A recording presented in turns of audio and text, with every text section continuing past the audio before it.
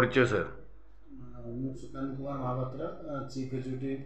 Puri urban and rural development society. आज रक्तदान शिविर आपंकर अनुष्ठित होती तो बर्तमान सुधा केते यूनिट रक्त संग्रह है और आगक आउ केते यूनिट आप रक्त संग्रह आशा रखिंट 2025 हूँ आम आंतर्जातिक समवाय दिवस समवाय वर्ष पालन कर अवसर में आम सोसाइटी तरफ पुरी अर्बान डेभलपमेंट सोसाइटी तरफ आम स्टाफ एजेंट और सभ्य मैंने मिसी रक्तदान शिविर आयोजन करर्तमान सुधा 35 लोक रक्तदान सरला आम 50 टार्गेट रखी रक्तदान दिया बोली।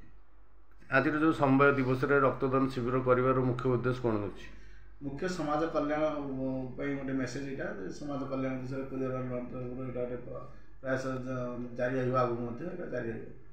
आजिकल युवपीढ़ी रक्त देवाई भय कर जो नुआ युवपीढ़ी मैंने भय कर रक्त देले कौन हो कौन नहीं तो आगामी युवपीढ़ी मैंने कि रक्तदान करने को आग्रह बढ़ो टे आम मेसेज देवे कि ना बर्तमान देखा गले आमर मैक्सीम स्टाफ एजेंट समस्ते रक्तदान देती प्राय स्टाफ मैंने जो मैंने भय कर आस्ते आस्ते से भी देवे किसी असुविधा नहीं से आम आवार करूँ जो मैंने भय तो ना किसी असुविधा नहीं आम मैंने 7-8 थर ब्लड दे सारे तो किसी असुविधा नहीं तो से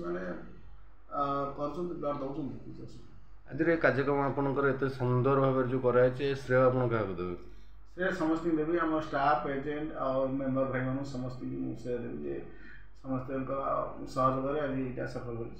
धन्यवाद सर।